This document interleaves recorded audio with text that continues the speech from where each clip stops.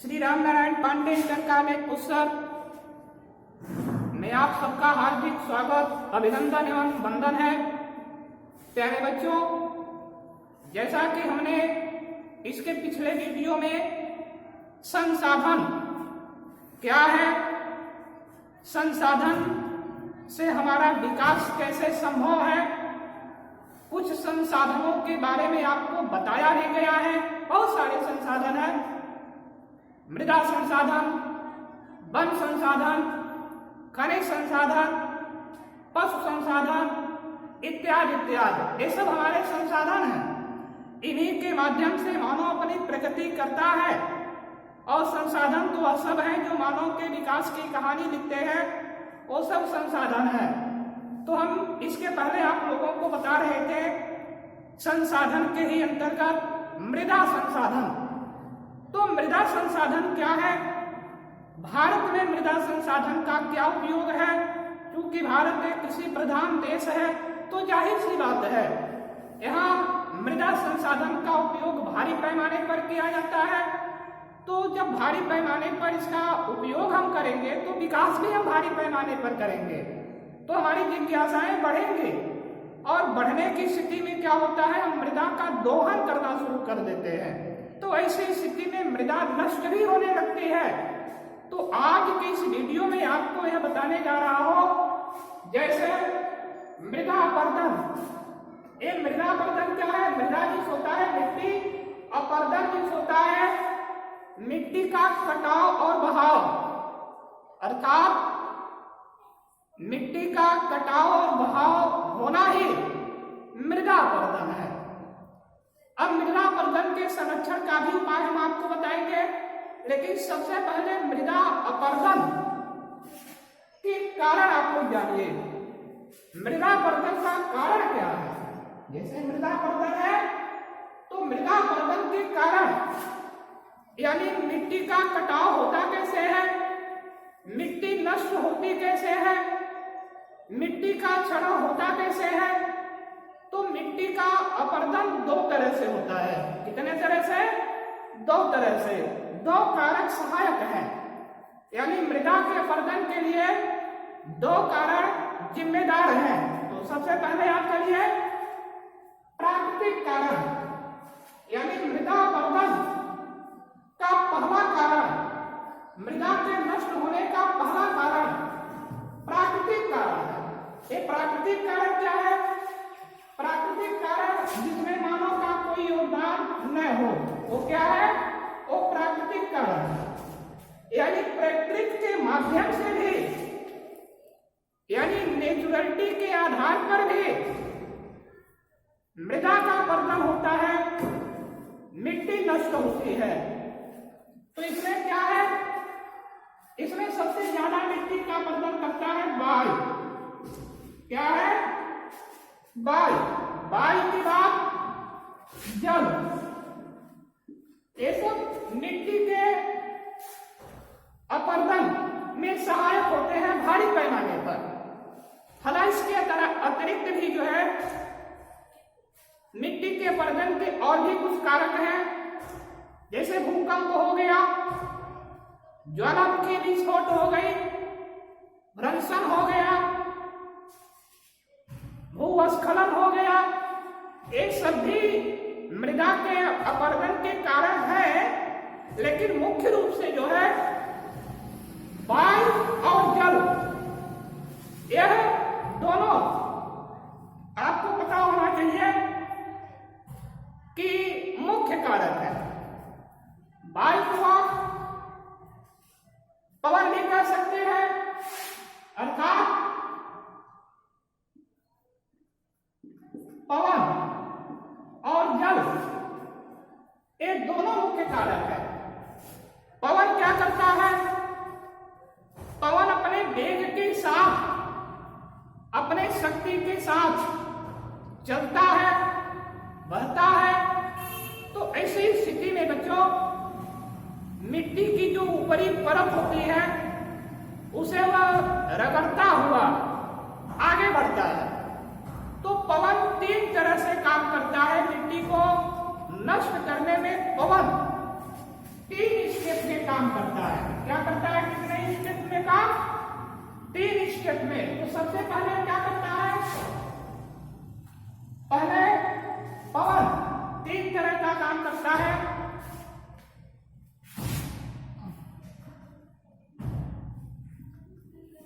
अपर्दन का काम करता है,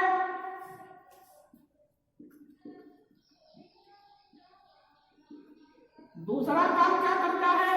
परिवहन का काम करता है, और तीसरा काम इसका है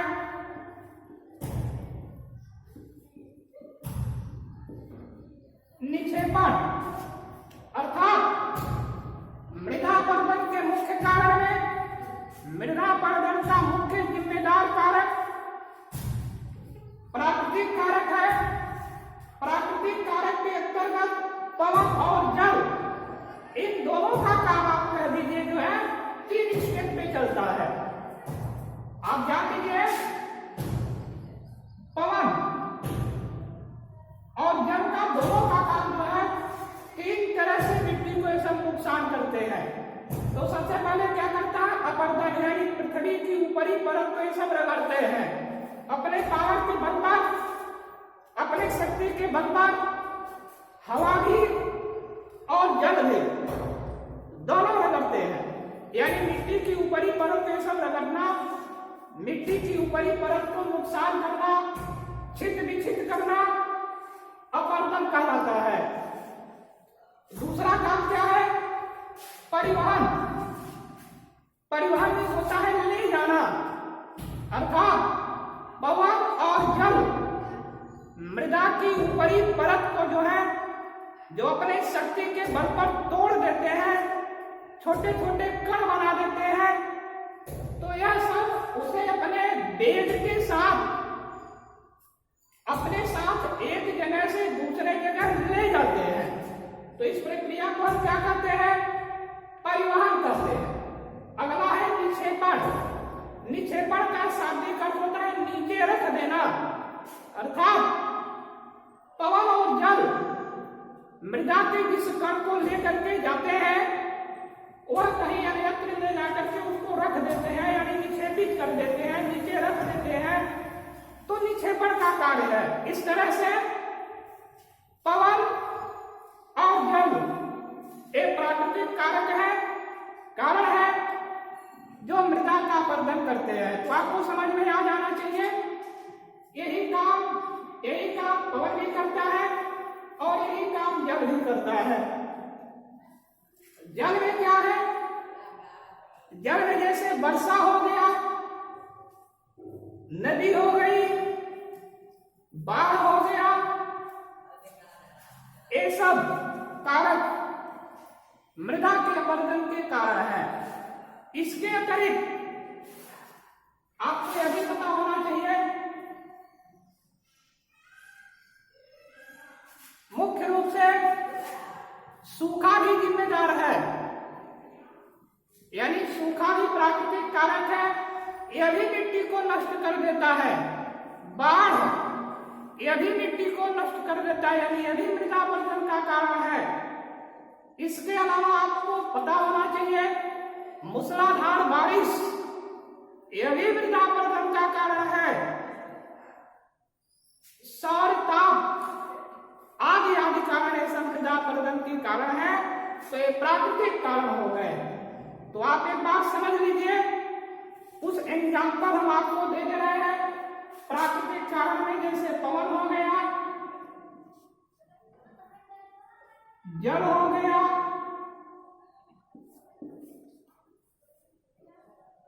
इसके अलावा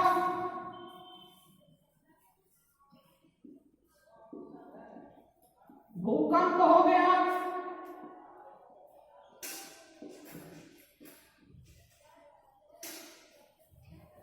ज्वालामुखी का विस्फोट हो गया, सूखा हो गया, और आपको यह भी पता होना चाहिए वर्षा भी जो है मृदापर्दन का कारण होता है। बाकी वलन हो गया,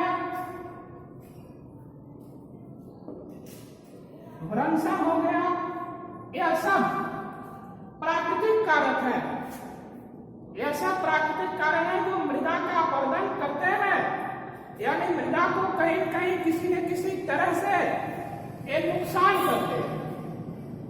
तो पवन को आपको बता दिया, जल को आपको बता दिया, भूकंप को बता दिया। भूकंप से भी जो है मिट्टी क्षत हो जाती है, कहीं धंस जाती है, कहीं ऊंची हो जाती है, तो इस तरह उसका भी नुकसान करता है। ज्वालामुखी का भी स्फोट, इससे भी समतल भूमि पर गड्ढे बन जाते हैं, क्रेटर बन जाते हैं।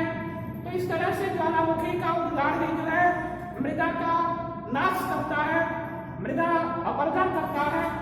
सूखा हो गया, इससे मिट्टी की उर्वरा शक्ति नष्ट हो जाती है, यह भी मृदा अपरदन का कारक है। वर्षा हो गया, भारी वर्षा के कारण जो है भूस्खलन की स्थिति हो जाती है, जो मिट्टी को क्षत कर देती है।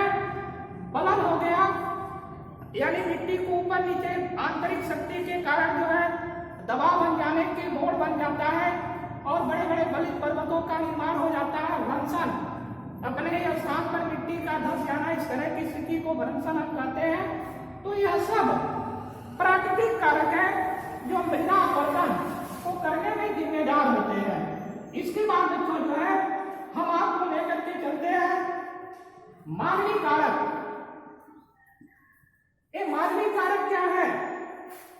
मानवीय कारक भी जो है यह मृदा अपरदन का जिम्मेदार पहलू है, पर्सन है। जैसे कृषि, आपको पता होना चाहिए मानव मिट्टी का नुकसान कैसे करता है? कृषि करके, यानी कृषि की इतनी होड़ है, खेती करने की इतनी होड़ है कि बड़े बड़े जंगलों को काट करके व्यक्ति मैदान बनाता जा रहा है और उन्हीं मैदानों पर खेती की जा रही है। तो मृदा अपरदन जो मानवकृत कारक है, मानव उसका जो जिम्मेदार है, यानी मानव ने कृषि का माध्यम अपनाया और मृदा अपरदन को शुरू कर दिया। इसके अलावा आवास कौन बनाता है? मानव बनाता है। तमाम गड्ढों को कर देता है, इत्यादि इत्यादि करके बड़ी बड़ी बिल्डिंगों को बनाता है, खेती युक्त स्थानों को बड़े बड़े औद्योगिक संस्थानों में बदल देता है। तो इस तरह से आवास भी बना करके मानव ने मृदा का अपरदन किया। इसके अलावा परिवहन यानी एक स्थान से दूसरे स्थान आने जाने के लिए सड़क का निर्माण मानव ने कर दिया, जो मृदा अपरदन का कारण हो गया। तो इस तरह से जो है मृदा का अपरदन मानव के द्वारा भी जो है संभव है। अर्थात कृषि, आवास, परिवहन इत्यादि आवश्यकताओं की पूर्ति हेतु जो है मानव ने मृदा को नुकसान किया है, जिसे हम मानवीय कारक कह सकते हैं।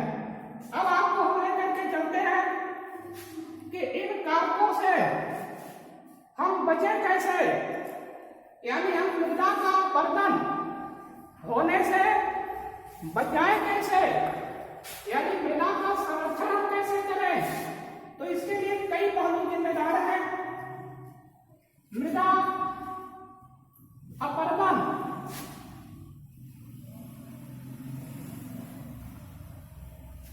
मृदा अपरदन के उपाय, मृदा अपरदन को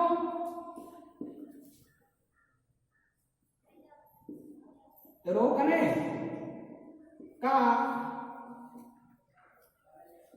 उपाय यानी संरक्षण। मृदा अपरदन को हम रोक कैसे सकते हैं? मृदा अपरदन को रोकने के लिए मानव अगर चाहे तो कोई बहुत बड़ी बात नहीं है, उसे रोक सकता है।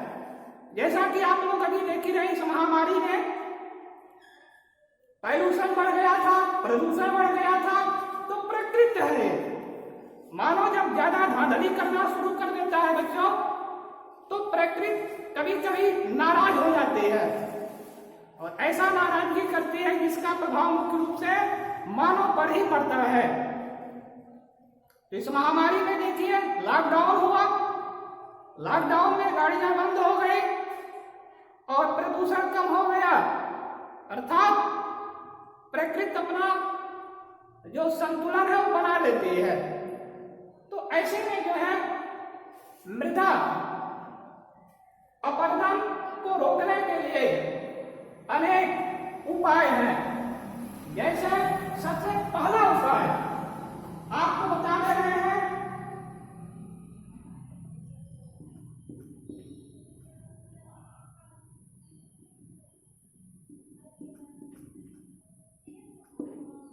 वनोरोपण। तो पहला उपाय क्या है? वन का रोपण करना, यानी भारी पैमाने पर हम जब वन का रोपण करेंगे, वन लगाएंगे, जंगल बनाएंगे, तो हमारे मृदा का अपरदन रुकना शुरू हो जाएगा। इसके अतिरिक्त क्या है? दूसरा नंबर,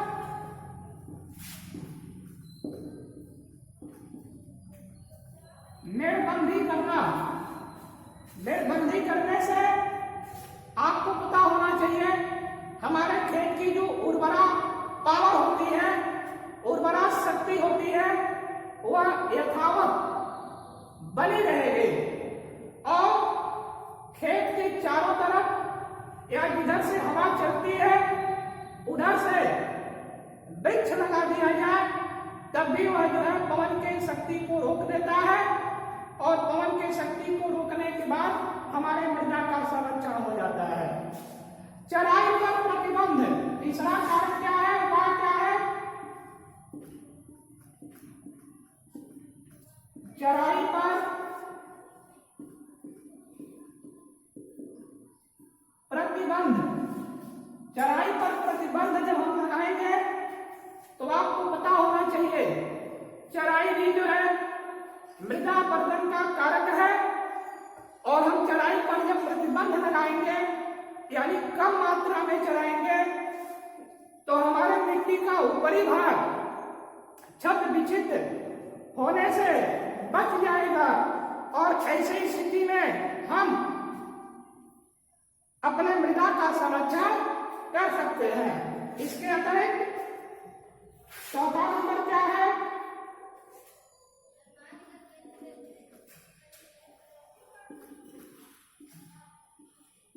सरकार द्वारा उपाय। सरकार भी अपने उपाय के माध्यम से, अपनी योजनाओं के माध्यम से मृदा का संरक्षण कर सकती है। अन्यथा बड़ी बड़ी नदियों के बीच में मृदा अपरदन के कारण बालू का रेता उसमें जमा हो जाता है और उनकी धाराएं अवरुद्ध हो जाती हैं, तो बाढ़ आ जाता है, सूखा पड़ जाता है। तो यह सब कारक मानव के लिए नुकसान करते लगते हैं। तो इससे बचने के लिए, इसका उपाय करने के लिए, इसके उपाय को और आगे बढ़ाने के लिए हम इन सब पहलुओं पर अगर ध्यान देंगे तो मृदा अपरदन रुक जाएगा, कोई भी राष्ट्र संपन्न हो जाएगा और हम अपने राष्ट्र का विकास, अपना विकास कर ले जाएंगे।